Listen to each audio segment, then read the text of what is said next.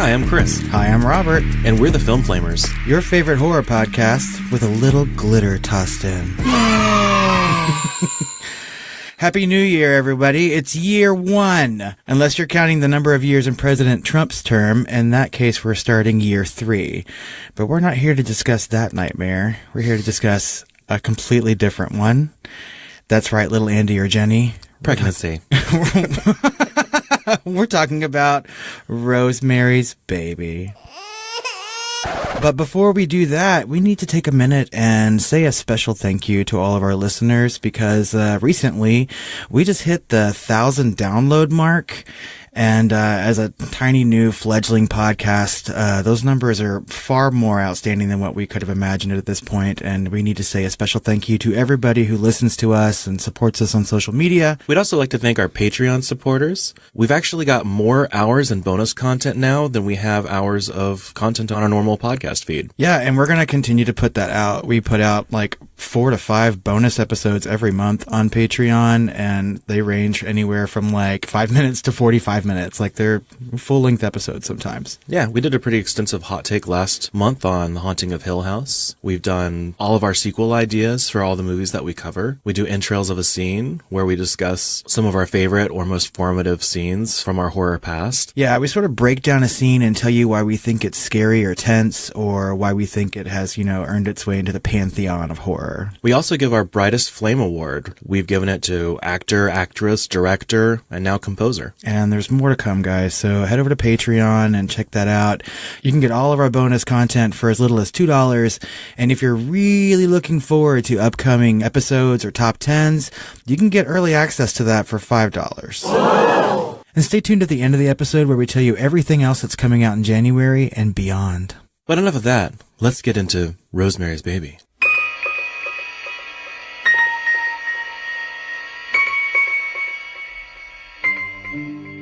That's right. Rosemary was preggers in this film and then gave birth to something. Yeah, that's true. Well, Rosemary's Baby is a 1968 American psychological horror film written and directed by Roman Polanski, although it was based on the novel by Ira Levin. It was produced by none other than William Castle, who got the rights to the book. Yeah, he's got some serious horror cred behind him. I mean, he made all those movies from the 50s and 60s, right? Like The Tingler and House on Haunted Hill. Straight Jacket. Yeah, oh my God, Straight Jacket. Yeah. Rosemary's Baby is definitely his most critically acclaimed creation. Yeah, and I'm sure we'll probably get into some more talk about him. The movie was scored by Christoph Komeda. And he goes by another name, I think, sometimes too, right? Is it? Well, he also did the lullaby in the intro, which sometimes the song, or like kind of the song that digs into the score a little bit, is done by 2 different people. Mm-hmm. But this was actually done by Christoph, and of course sung by Mia Farrow. The movie stars Mia Farrow, John Cassavetes, Ruth Gordon, Sidney Blackmer, Maurice Evans, and a very young Charles Grodin for all of you Beethoven fans out there. Yeah. The film earned pretty much universal acclaim from film critics and won a lot of awards and got a lot of nominations. In 2014, the film was selected for preservation in the National Film Registry by the Library of Congress, being deemed culturally, historically, or aesthetically significant. Speaking of those nominations, some of them include Best Supporting Actress at the Academy Awards, for which Ruth Gordon won the award, and Best Adapted Screenplay for Roman Polanski's work. It was also nominated for 4 Golden Globes, and 1 BAFTA for Mia Farrow's portrayal of Rosemary Woodhouse. Mm-hmm. Rotten Tomatoes gives the movie a 99% rating, with the site's consensus describing it as a frightening tale of Satanism and pregnancy that is even more disturbing than it sounds, thanks to convincing and committed performances by Mia Farrow and Ruth Gordon. And if that weren't impressive enough, take in these numbers. This movie was made on a budget of $3.2 million, but total box office at release was $33.4 million. And in 1960s money, I think today that's roughly about $50 kajillion. That sounds about right. Yeah, I got the same math, yeah. Mm-hmm. Well, obviously, Rosemary's Baby deals with themes related to paranoia, women's liberation, Christianity or Catholicism, and obviously the occult. But before we get too much into that, this is Rosemary's Baby. Previous tenant, Mrs. Gardenia, passed away just a few days ago. Oh, Guy, let's take it, please. Do you have children? We plan to. Now, this house has a high incidence of unpleasant happenings. Awful things happen in every apartment house.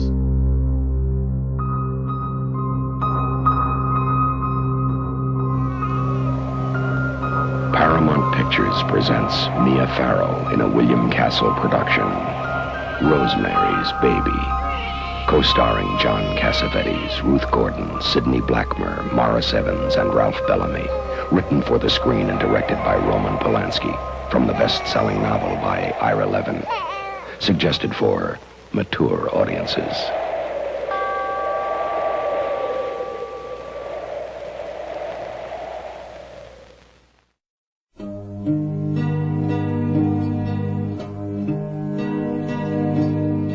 Guy and Rosemary Woodhouse, played by John Cassavetes and Mia Farrow, are a young couple living in 1960s Manhattan. Guy is an actor still looking for his big break. While apartment hunting, they're shown a space in the historic Bramford building. Despite the previous tenant covering a closet with a large piece of furniture, they love the space and decide to rent it. Their friend Hutch tries to dissuade them with stories of crazy shit from the building's past, namely witchcraft, murder, and cannibalism. Undeterred, the Woodhouses move in. Crazy shit. Cannibalism is not crazy. Cannibalism. I can't even talk. Soon, Rosemary meets Terry Giannoffrio, a recovering drug addict who has been taken in by Rosemary's new neighbors, Minnie and Roman Cassavetes, played by Ruth Gordon and Sidney Blackmer. She credits them with saving her life and shows Rosemary a pendant necklace given to her by the Cassavetes that has a strange smell.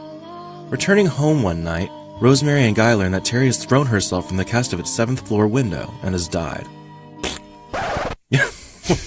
That's the sound it made. After comforting Minnie about the death, the Cassavetes soon befriend the Woodhouses, and Minnie gives Rosemary Terry's necklace, calling it a good luck charm and explaining that the odd smell is tannis root. After becoming chummy with Minnie and Roman, Guy lands the role of a lifetime when the original actor suddenly becomes blind. With their newfound luck, Guy suggests that they begin trying for a baby. On the night they plan to conceive, Minnie brings the couple individual glasses of chocolate mousse, but Rosemary cannot finish hers because of the strange taste. That night, Rosemary passes out and dreams of being raped by a demonic monster while her husband, her neighbors, and other crazy weirdos look on, chanting naked. I wonder if that chanting sounds like the chanting from, like, The Grinch with the Who's. Ahudore. Would have been so much better. But it's in Latin, yes. When she awakens the following morning with scratches all over her body, Guy tells her that he had sex with her while she was unconscious, so to not miss the chance to conceive. What a bastard. Creepy.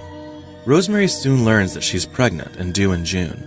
She plans to see Dr. Hill based on recommendation by a friend, but Minnie will hear none of it. She hooks her up with Dr. Abe Saperstein, and he instructs Minnie to make Rosemary a daily health drink.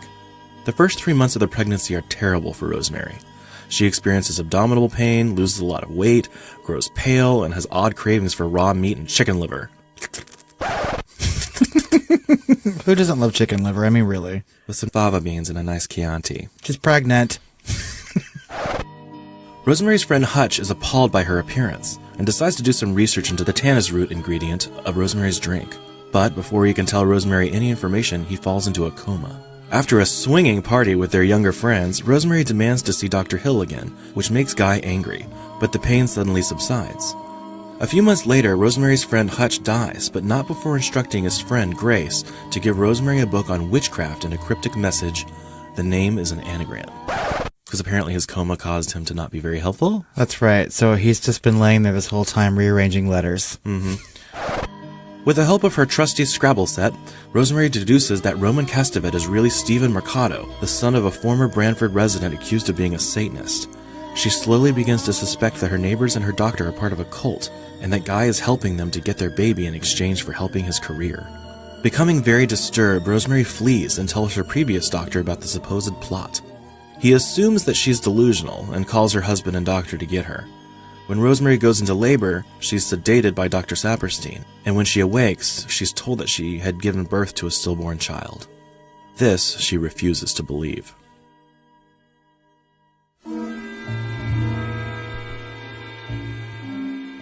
In the hall closet, Rosemary finds a secret passage that leads to the Cassavetes' apartment.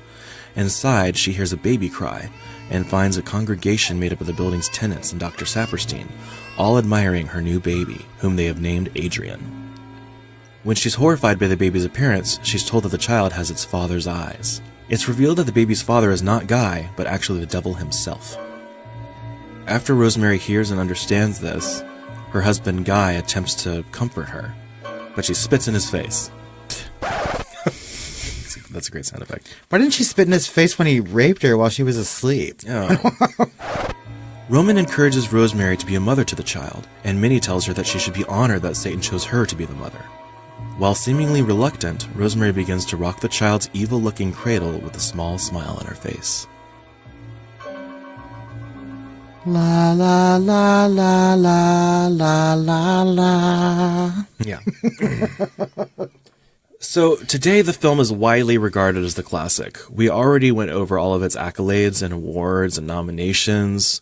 It basically launched Mia Farrow's career as a leading actress, although she had been known beforehand based on her appearances on, of course, the TV show Peyton Place, and, of course, her marriage To Frank Sinatra? Yeah. Originally, Polanski had actually wanted, like, Sharon Tate, his own wife, to play her, or even other more established actresses.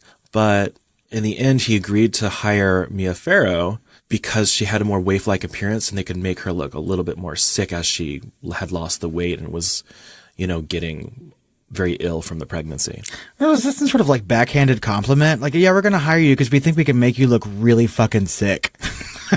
Well, okay, but like Frank Sinatra, when she married him, he basically told her you can't work anymore. And she had initially agreed to this. Yeah. But it was a role of a lifetime for her, so she went for it. But eventually he actually served her divorce papers on set in front of the cast and the crew. So she tried to actually back out to try and mend the relationship, but the guy that played Hutch, Maurice Evans, told her that she would probably win an Academy Award for this. She was nominated for a BAFTA. She was nominated for a lot of awards, but she was not nominated, and she, of course, did not win an Academy Award like she was told. But it did launch her career, but, of course, her relationship with Frank Sinatra was over. Well, and then she had another relationship with the person who would later cast her in just, the huge chunk of her movie roles, and it's Woody Allen. So, I mean, it's probably for the best that she left Frank Sinatra, but... So I think a lot of the actors and the crew were just super on board with, especially if they had a novel to reference, and everyone's super excited about the dailies they were seeing, the rough cuts, as far as the performances and how it was being filmed. I feel like they got maybe a little too into it. There's a scene where Mia Farrow has to cross the traffic, essentially, and in full pregnant, makeup or whatever. And she was convinced somehow to do this because Roman Polanski told her no one's going to run you over because they're going to see that you're obviously pregnant. So yes, the scene was real. Those were real cars. Those were real pedestrians, and they really had to slam on their brakes so they didn't run over Mia Farrow. And Roman Polanski himself had to film this with a handheld camera because no one else would do it. Everyone else refused to do it. And this woman, that's some commitment to cinema, some real cinema verite there or whatever. But I mean, I don't care about Roman Polanski in this case. I'm like giving my props to Mia Farrow. For real though. I mean, and that's a commitment to a role too. I mean, to walk out into a busy Manhattan street like that. I mean, I don't know that I would have that kind of trust in a director or even my own performance. I'd be like, no. Yeah. But it's a fantastic scene. I mean, it works at the end of the day. I really wanted someone to stop, and she had to put her hand on the car and be like, "I'm walking here. I'm walking here." I love that. The biggest winner, I think, from this film, besides, of course, the filmmakers themselves, is Ruth Gordon. She actually had a little second coming in her career from this. She ended up doing Harold and Maude because of this, and a couple of others. She was a little bit typecast after this because she was so good in the role. Of course, she played the kind of elderly neighbor Minnie, who was making all the health drinks for her. But she was such a character in this film, and she was so good. She really is. And she won the Academy Award and the Golden Globe. That's right. I mean, she's super likable in this movie. It's hard to take your eyes off of her whenever she's in a scene. She's fully committed to that role with that accent and everything, and just the way she carries her body just on camera is amazing to watch in this film. Far better, I think, than the performance of Mia Farrow. But, I mean, she played Paranoia very well, and I think she did the job. I never thought, I think the problems I had with her was not her, but her character. And I mean, and Ruth Gordon plays Minnie in such a way that she doesn't really come across as evil. I mean, yeah, ultimately she is a Satanist, right? But really, the scariest part is that she's just a really fucking nosy neighbor, right? Yeah. So, and she's just a vision on screen, and I love her. And Guy, like Rosemary's husband, was of course played by John Cassavetes, but originally they had actually asked Robert Redford to do it, and he declined. And then Jack Nicholson, but they thought he looked a little bit too, so Roman Polanski looked a little too axe murdery. He loved him as far as his talent, but they wanted him to look less like weirdly sinister. Yeah. And so eventually he would work with him again, of course, in Chinatown. Yeah. I think that, before we go any further in this discussion, we have to give a minute to talk about Roman Polanski. And yeah, so I mean, for all of you who don't know history, in 1977, he was arrested for drugging and raping a 13-year-old girl. He ended up pleading guilty to statutory rape, but fled to Paris whenever he learned of his impending prison sentence, and has lived there in asylum ever since. While his actions are completely reprehensible, and I think a lot of the community really, didn't support that, people continued to work with him, and he continued to make film. However, it wasn't until this year, 2018, that he was expelled from the Academy. So, for the Me Too movement. Right. And while we say, certainly we don't support any of his actions, he made these movies, and you can't not talk about them because there are other people involved. People like Mia Farrow and Ruth Gordon and Jack Nicholson from Chinatown. Sure. And I think that he got a lot of empathy for this, at least initially, because of what happened with his wife Sharon Tate and the Manson murders that happened just a year after Rosemary's Baby was made. Yeah, this man has lived a troubled, twisted life, right? I mean, either of someone else's doing or his own wrongdoing. But, I mean... I think they chopped it up to his pregnant wife was just sadistically murdered by, the Manson family. And, who knows what that does psychologically to someone. And so they had a lot of empathy for him. Yeah, he's still widely regarded as a rapist. Of course, that does not change the fact that he, essentially raped a child. Other than Rosemary's Baby and Chinatown, he also directed Repulsion, which is a really great horror-adjacent movie starring Catherine Deneuve. He did, what else? The Pianist? Yes. And The Ninth Gate, which I haven't seen. Yeah, with Johnny Depp and And Death and the Maiden, which is another sort of horror-adjacent film starring Sigourney Weaver. I have not seen that. It's fantastic. But with all that being said, I think that his direction of this movie is amazing. I think that and his writing of the screenplay is fantastic too. I've read Rosemary's Baby a couple times when I was in high school, and I haven't read it since then. So there's been a 20-year gap. But he follows the book so closely in this movie that he even uses chunks of dialogue in it. And I think it was very important to him to take this source material and craft a movie as close to the novel as he could possibly get. And I think later William Castle actually said it would probably have been the closest a film has ever been to the novel, to a source material. I know that, there were some times that Polanski called Ira Levin, the author of the novel, to ask him questions. He wanted to know, which exact issue of the New Yorker was Guy looking at when he saw that shirt? And Ira Levin's like, who the fuck knows? You know? I mean, he made it up for the movie. He actually made it up for the book. And it's that kind of, attention to detail that really makes this movie what it is. I mean, he was involved in it. He loved his work in it. And he was trying to craft his opus, essentially. Now, what's interesting is in the book, there's a lot of internal thoughts in Rosemary that doesn't really come across in the film. And I think it serves the film as far as its paranoia that way, and really not sure what exactly is going on in her head outside of that.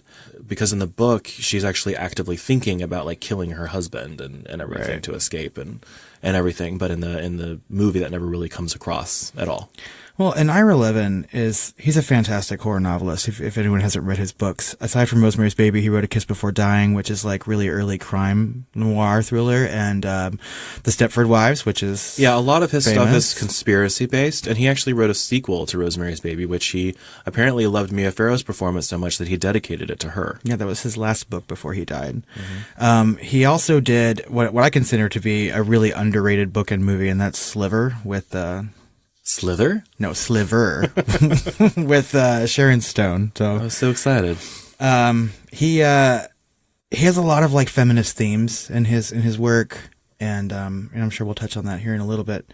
But Polanski really took that work and ran with it. And I don't know much about William Castle's involvement in this movie. Did he want to direct it at some point? I'm not sure. I feel like he has more of a proclivity for producing than he does directing.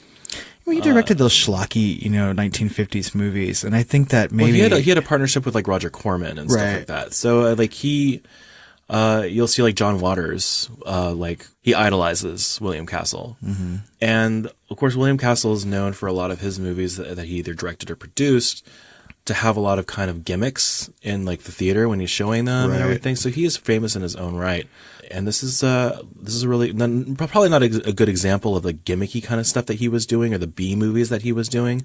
This is a really good example of like I would say his professional height. I wonder if he had the rights to the book and he wanted to direct it. I wonder if the other like financiers involved were like, no, this is a piece of serious film and this is not The Tingler, so you can't make this movie. Well, I think it was William Castle who actually saw some of Roman Polanski's work that he was doing in the UK and basically picked him to try and do this because he liked his work and he liked his style and thought he would be the perfect director to do this. And I think I don't think the story is much more complicated than that as far as I don't think William Castle had much ambition to direct this himself based on what I've read, but I could be wrong. Well, he certainly made the right choice with Roman Polanski, I feel. So. Sure, yeah. The movie itself deals a lot with feminist tones and undertones, right? Wouldn't you say? Yes. So, I mean, I know that the novel itself was published just a couple years after, like, the widespread introduction of the birth control pill. And I think some people saw the writing of the novel as sort of a critique on the backlash of feminism. In fact, I mean, so like with the introduction of the birth control pill, we have a character in this movie who has zero control over her body and her, reproductive self. In essence, it's very similar to what we see today with people being denied birth control from employers or insurance companies and things like that. But while she has access to this pill, possibly, she doesn't seem to have any access to her body because is like controlled by her husband and I feel like Polanski doesn't really show us like a really good like women's lib kind of example through what it could be. Yeah. He shows it through a woman's plight and injustice. And that's how he's showing it here. And because there's a lot of just ridiculous moments, especially looking at it through the lens of the modern day, where she almost has to have her husband's permission to do anything. And the doctor and her husband almost own her like she's a child or some kind of pet, where they have to control, what doctor, like what treatment. She has almost no say or agency. And it's just ridiculous now to see that. Well, and I think it's really evident, too, in the scene where she's entertaining her friend Hutch. It's when he sort of finds out about the whole tannis root thing. And Roman, her neighbor, comes in, and the two of them start talking about Rosemary and her condition like she's not even there. And she just stands behind coyly and lets them go on talking about her. And, I mean, she doesn't really stand up for herself very often in this movie. And, I mean, it's pretty evident that he's trying to show you, like, how she could have been a feminist if she would have just stood up for herself and said no. She really does that, like, one time in this movie. She had opportunity, but she has to wait for, like, the height of her paranoia and frustration. And if I had to pick two emotions that come out of this movie for even the watcher as well as Rosemary, you're with her in those emotions. She is paranoid due to conspiracy, wondering if she's going insane or if things are actually happening the way she thinks they're happening.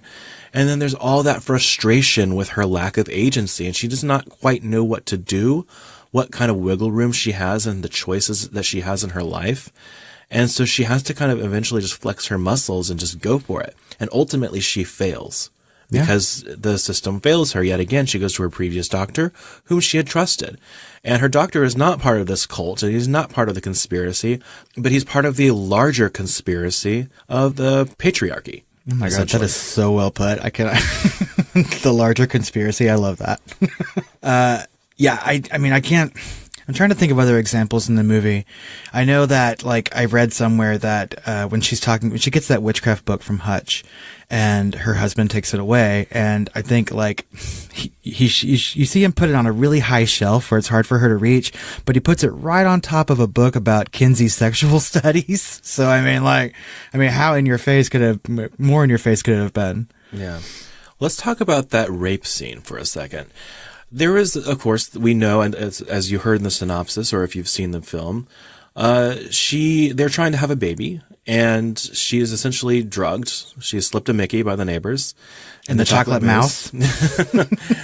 And apparently, and of course, that was like a really uncomfortable, that was probably my first uncomfortable moment with the husband, or one of the first major ones, I would say, because he was like, "You ingrate, finish the mousse. I don't care if it tastes weird." Yeah. That was a really weird moment for me where I kind of turned on him completely. And I was like, this guy's a kind of a creep. And so she does it. I mean, she kind of shows that her frustration or whatever, but eventually she had eaten enough of it, but she did throw it away, I believe. Yeah, she put it in her napkin. But it was enough to, roofie, obviously, to make her pass out, because they were going to try for a baby that night. Right. And so there's two rapes going on here. There's the supposed rape that he uses as an excuse, which is sick that that's used as an excuse. Yeah, what does he say? Something like, it was sort of fun in a necrophile way. And I'm like, what the fuck? It's just like, oh, we missed our time, And he's like, no, I had sex with you while you were asleep. Jesus. And you can tell that she's bothered by that, but she doesn't feel like it's her place to say anything. And you can read that in her performance. She doesn't say it, but you can tell that it really bothers her. Meanwhile, there's the real rape, because that just, even though that's an excuse, it's still just like almost unforgivable for him to use it as an excuse, because that didn't happen. What actually was happening is what she thought was a dream, was that she was essentially taken to the cult, and this monstrous demonic person who ended up being Satan was raping her and impregnating her with, the Antichrist, theoretically. And the thing is, in the book, like, it's delivered as a straight dream. And so the book really plays on the fact that it may or may not have actually happened, and she could just be a more paranoid, delusional, pregnant woman toward the end of the novel. In the movie, that's not the case. I think that we are pretty much shown that what's going on is accurate, Yeah, and it shows, like, the duplicitousness of, like, everyone in that room, especially the neighbors, that they're all kind of really enjoying it. Right, painting her body and chanting and everything, and it just seems, it's not even like so much of a celebratory thing, so much as it's almost like normal for them. Because remember, she had that she met that friend in the basement while they were, like, doing their laundry, who was living with the neighbors.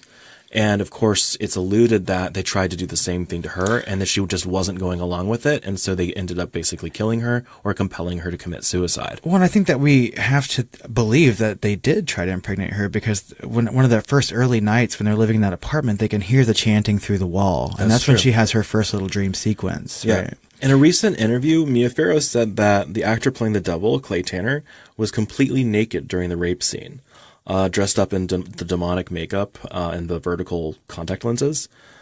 She said that Tanner spent hours grinding on top of her as they were shooting the rape scene. And after they were done, he got up, shook Mia's hand in a very cordial and businessman type of way and said, "Miss Farrow, it was a pleasure working with you."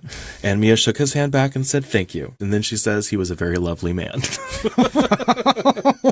I thought that was an interesting little tidbit, because, like, how are you going to play that scene and you're told to be completely naked and you're supposed to grind on top of this actress, and he's in demonic makeup, and so she has to go through all of that and basically in real life as an actress. And they just kept it really professional, and she, to this day, really appreciated him. So I just thought that was interesting. I guess it's hard to be professional in that situation. I can't put myself in that situation, because there's no way in the world I could do it. So no, I would be winning no Oscars for that. Yeah.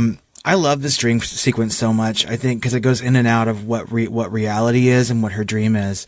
And we get a big payoff at the end of the movie based on the dream sequence itself. When she's walking through the apartment to discover the congregation, and we see all the things that she saw in her dream are actually there. A painting of a burning building, a painting of Roman's father is standing there, right? Mm-hmm. And in the dream sequence, we see all these things sort of represented in sort of a dreamlike way, intermixed with things like Jackie Kennedy coming in and talking, and like her being on the bed and it's floating on water. Like, it really immerses you in how she's feeling at that precise moment, what she's seeing. But to me, this is like the climax of the movie. I think that instead of having a climax at the end, we are given as an audience the full picture. We know what's going on. These people are actually Satanists. She is being raped by the devil. Yes. And it just leads us on a slope to what is inevitable. Well, he also adds some ambiguity there because those dream sequences are intermixed, like you said, with like other memories from her childhood or something, and you're hearing voices from like the TV in the background. Mm-hmm. And it's just really it was actually confusing for me the first time I saw it. And I was kind of frustrated with the way that was filmed. Yeah. I think on a second or third viewing, I think I would really appreciate it. But the first time, I was just like, no, I don't like how this was filmed. It's kind of a mess. And maybe like the idea of filming a dream sequence has changed over time or something, and maybe we're used to something more modern. I don't know, but I mean, it was certainly artsy. It was very artsy. Yeah. I was going to say it's a little, I don't know. It's a little highfalutin there, Polanski. Yeah, well, you know. Roger Ebert had a quote that I liked where he talks about the dream sequence as compared to the ending of the movie. And he says, when the conclusion comes, it works not because it's a surprise, but because it's horrifyingly inevitable. Rosemary makes the dreadful discovery, and we are wrenched because we knew what was going to happen all along and could not help her. Yeah. And there's some really good choices here. And I like the word inevitable. That he uses, because it really is. She has no agency, and she's basically along for the ride as much as she tries to fight against it in the end. Right. And as much as like at least one person, and a couple of her friends are trying to help her kind of on the sidelines, but she's very, very alone and independent, and she's kept very close to her husband and the people in the building. And it's like she only has these social outlets every once in a while. And it doesn't seem like there's two in the movie. And whenever she has one of those, one of them falls into a coma, which we have to assume is from witchcraft, mm-hmm. right? And then the other one, she's having that party with her friends, and they convince her to go look for help, because she's obviously ill as a pregnant woman. And the minute she stands up for herself, the pain goes away, and so do the rest of her friends. And she'd also stopped taking the health drinks, too. Health drink, so that might have been part of it as well. I'm not sure. I'm not sure what the book says about that. One thing that's interesting about all of this to me is that she thought, based on what she'd read in the book that Hutch had given her, they were sacrificing babies. They were killing babies. So this whole time, as she's thinking about the conspiracy and what's actually might be happening, she thinks they're going to try and take her baby and kill it and sacrifice it to Satan. She does not know or get that it's the Antichrist until the end. Yeah, and I wonder if that's just because it doesn't enter into her mind. She couldn't possibly fathom that could happen, right? Yeah. And I think that really serves the ending well, I think, because when she walks over to that cradle at the end of the movie, she's expecting to see her baby. Right, and she still probably has some sort of hope. She's been hearing it, yeah. Yeah, she has some hope that she can still save that child and escape with it. And it's not until we see the look on her face that she realizes that her baby is the son of the devil. And you'd almost imagine that she thinks that these people are comically evil, or at the very least, very black hat. They're being fake to me. They're not really nice people. But what's almost, I would say, insidious about it is that they're affably evil. All the witches are revealed at the end to have the exact same personalities that they displayed all along. They're just also worshippers of Satan. The Cassavetes in particular maintain their casual and friendly personalities even up till the very end. It's just very matter of fact and casual for them that they are worshippers of Satan. It's true. And even though Rosemary knows that they're Satanists, when she's walking through that room, her attitude toward them is still conversational as well, because he tries to say something and she's like, "You're in Dubrovnik. I can't hear you." You know what I mean? It's just like, it's still conversational. It's still oddly friendly. And it's almost seductive in a way, because what if they had been comically evil? She would have run. She would have run again at the end there. She would have tried to start stabbing people because that was her initial idea. Yeah. She brought the knife in to stab and get her baby back. But because they were all super nice and, it's like, you should be the mother. You should be, you should feel honored and we love you and we're trying to take care of you. We're trying to take care of your baby. It's all just like everything could be normal. Just do it. And, in the movie, you can see her kind of switch and change and be like, I could do this. I could be a mother still. I can still do this. Well, my relationship with Guy might be over because she spits in his face, but she could still be a mother. And in the book, she actually is thinking to herself, I will do this because I'm going to try and continue to fight inevitability, and I'm going to raise him against his destiny, and I'm going to try and push him away from this Antichrist persona that has been placed upon him. And of course, I don't know how she's going to do that. In the book, it actually described the baby as having like horns and a tail. Yep, and like cloven feet. Yeah, and in this, it just kind of alludes that he has crazy eyes, like vertically slitted snake eyes or something like the devil. He has his father's eyes. What have you done to him? What have you done to his eyes?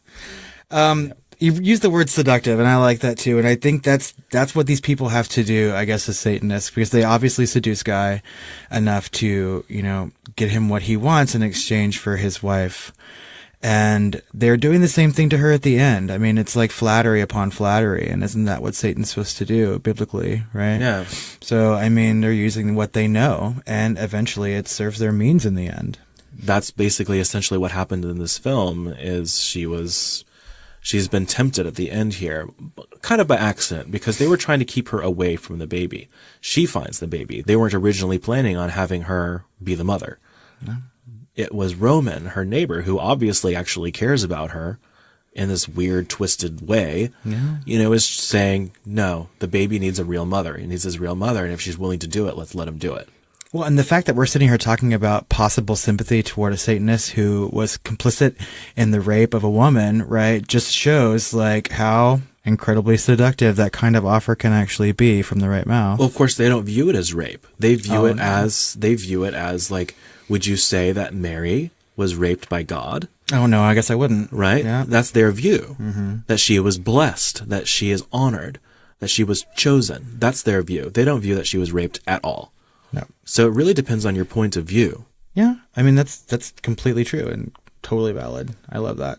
Aside from the dream sequence, I love the ending of this movie, like the last few scenes after the birth, and she's sitting in that bed for all those days and they're coming in and out and she's slowly just like losing her shit and ready to do something. She's hearing the baby too through the walls. Exactly. I mean, and they're collecting her milk and things like that, and she knows that shit is not right. Mm-hmm. But that final scene... Oh yeah, that last thing where they're collecting her milk and she's like, oh, we're just going to throw it away. And she starts putting stuff in it. Like, no, what are you doing? What are you doing? It's like, if it's going down the drain, why are you like protecting my milk? It's like... She's like, oh, I just don't want to make a mess. Yeah, so they're just sloppy. They're sloppy people because they have like, obviously, they're all retired or whatever, but they have like day jobs and everything else. Mm-hmm. Like, they're not so in it. They're not still like regular people that are making stupid mistakes.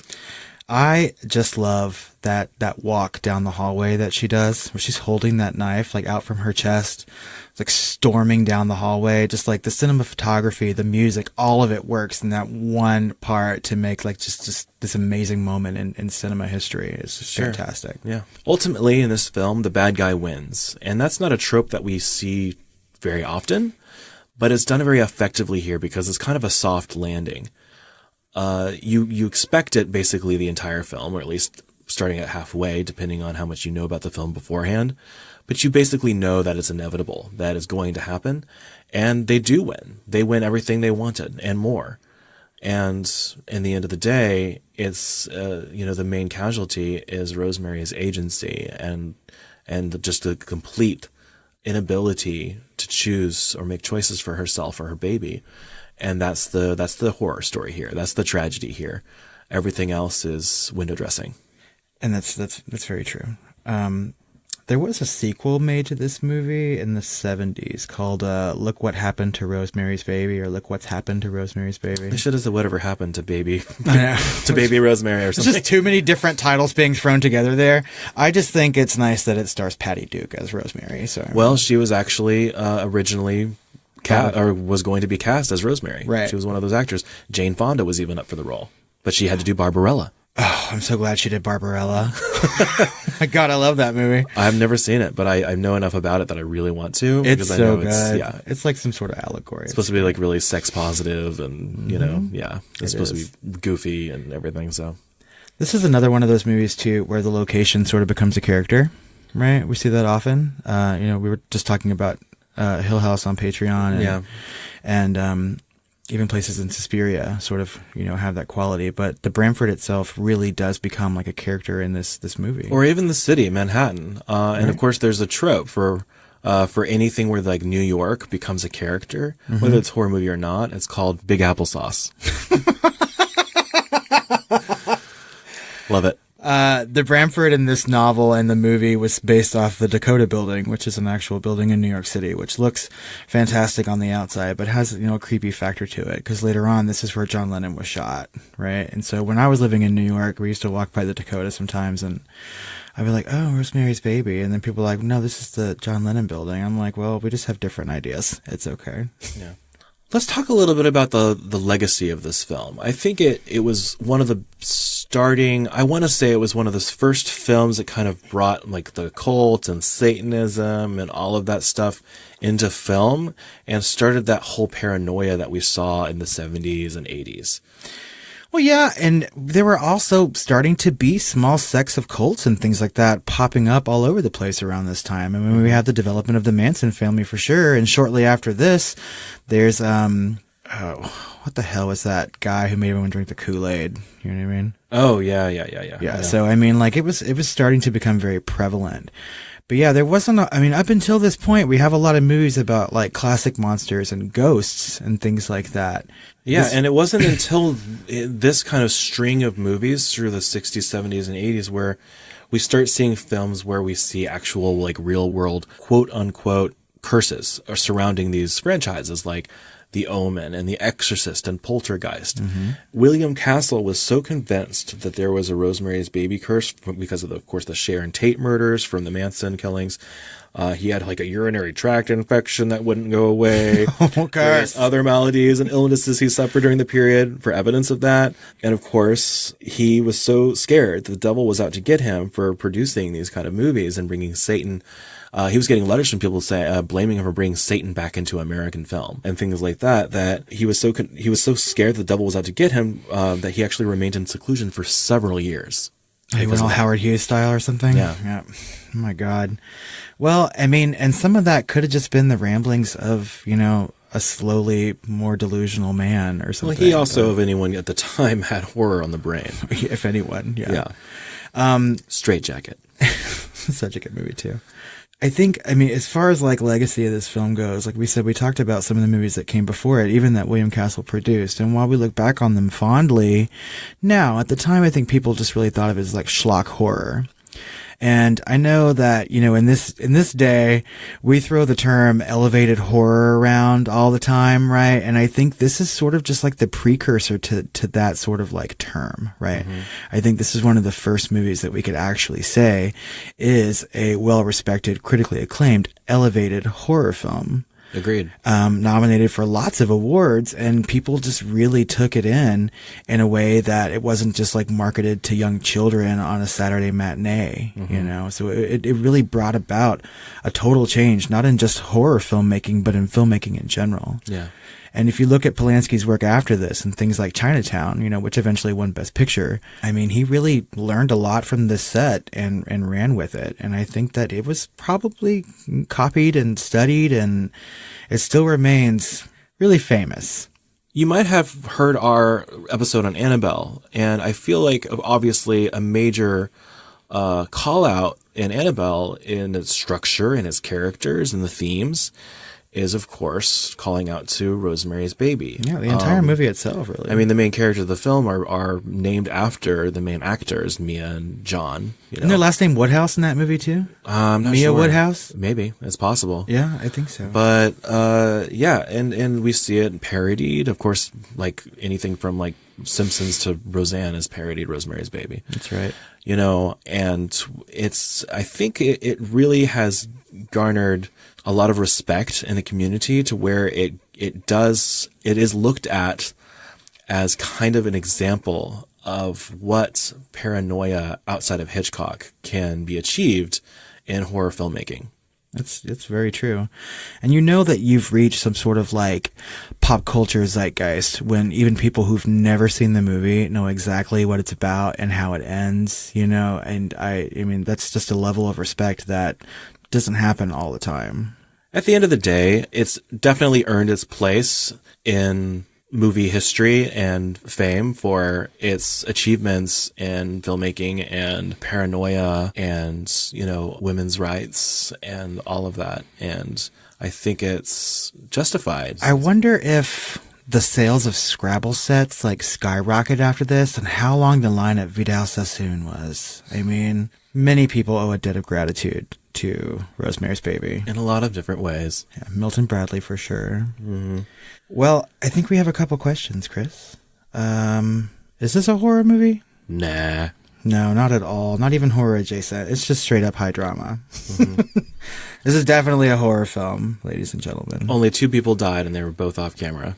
Well, I mean, number of deaths doesn't make a film horrific, right? But I know. Yeah, obviously it's a horror film. Yeah. I mean, you feel horrified. Would you call it horror adjacent? No, it's horror. Straight up horror? Straight up horror. Yeah, I mean, the devil's in it, for God's sakes. I mean, that's pretty scary. Yeah, it deals with Satanism and the occult and paranoia and all the feelings it makes you feel. And that's right. The themes and of, like we said, the true horror underneath the layers is, of course, you know, the women's lack of agency and choice. And I think that, I mean, with its history, which we've, you know, already talked about at length, I mean, like, just the homages over the years and its level of respect that it's garnered just really makes it like a top horror movie. And I think that, I mean, this is one of those films that sort of wears the badge of horror with pride. Were you scared when you were watching it? Scared that I was going to start screaming at the screen at Rosemary for not, like, doing what I wanted her to do. Yeah. All of them witches. Well, of course they are. God. Yeah. Yeah, I mean, I don't think I wasn't scared when I read the book. I wasn't scared the first time I saw this movie.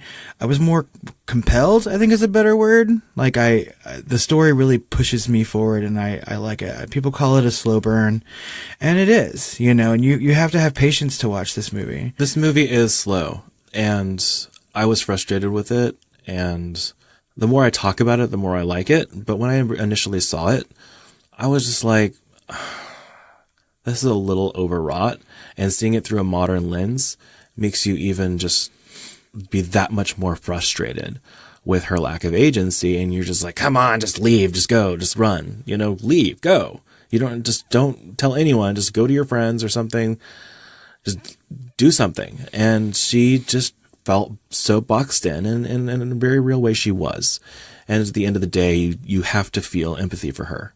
And that's a very valid critique. I've shown this movie to people over the years, and I always have to preface it by saying it's a little boring, you know, like you're going to have to stick with it to get to your emotional payoff or whatever. And that's just something that I will stand by for the rest of my life. I love this movie. It's definitely in the top 20 horror films, if not the top 10 for me. But I mean, I realize it's pacing problems, and well, it's not that it has pacing problems as far as like when I think of pacing problems, I think of like disjointedness.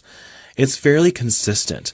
It's like watching a slow moving train wreck, slow motion. Yeah. You know exactly what's happening. You know what's going to happen. You can't tear your eyes away, but you have to just sit there and watch it happen. Yeah. And so that's kind of the feeling I had watching this movie, at least a little bit. Yeah. Inevitability. And finally, and some would say most importantly, who's the hottest guy in Rosemary's Baby?